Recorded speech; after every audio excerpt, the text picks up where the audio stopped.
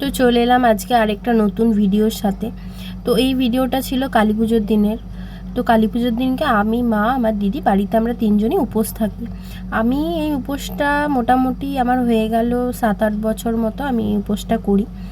তো যথারীতি এই বছরও করেছিলাম। তো আমরা কালী পুজোর দিনকে প্রত্যেক বছরই আমার মামাবাড়ির নটরাতে ওখানে একটা পুরনো শ্মশানকালী মন্দির আছে, ওখানে আমরা চেষ্টা করি কালী পুজোর দিনকে ওই মন্দিরে গিয়ে পুজো দিয়ে আসার।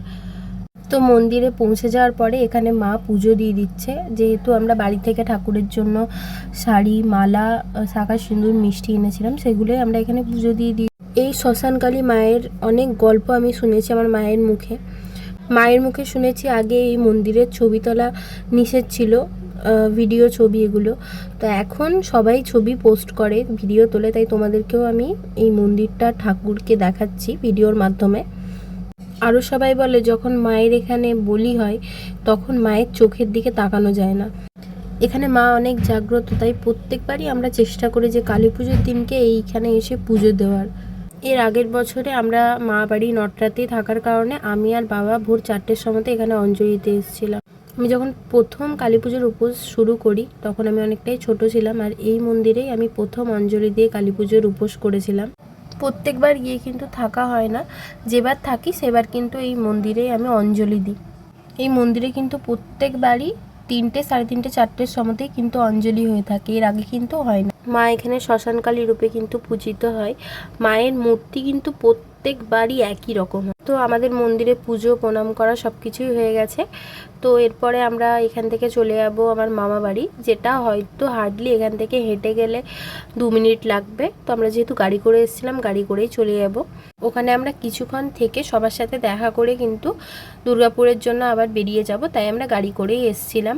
দুর্গাপুর থেকে নটরা যেতে একদমই বেশিক্ষণ লাগে না, তাই জন্য আমরা গাড়ি করেই এসেছিলাম। এবারে বাবা আসতে পারেনি, এবারে আমি, মা, দিদি আর ভাই এরাই এসেছিলাম। গাড়িটা সাইডে পার্কিং করে আমরা কিন্তু মন্দিরে পুজো দিতে চলে গিয়েছিলাম। তো এসে দেখছি এখানে ড্রাইভার নেই। আমরা বিগত 10 মিনিট ধরে কিন্তু ওয়েট করছি, কিন্তু ড্রাইভারকে কোথাও খুঁজে পাচ্ছি না। তো কিছুক্ষণ পর ড্রাইভার আসার পরে আমরা কিন্তু আবার গাড়ি নিয়ে মামা বাড়ির জন্য চলে যাচ্ছিলাম। তোমাদেরকে বললাম যে এখান থেকে হেঁটে হয়তো 2 মিনিট লাগবে।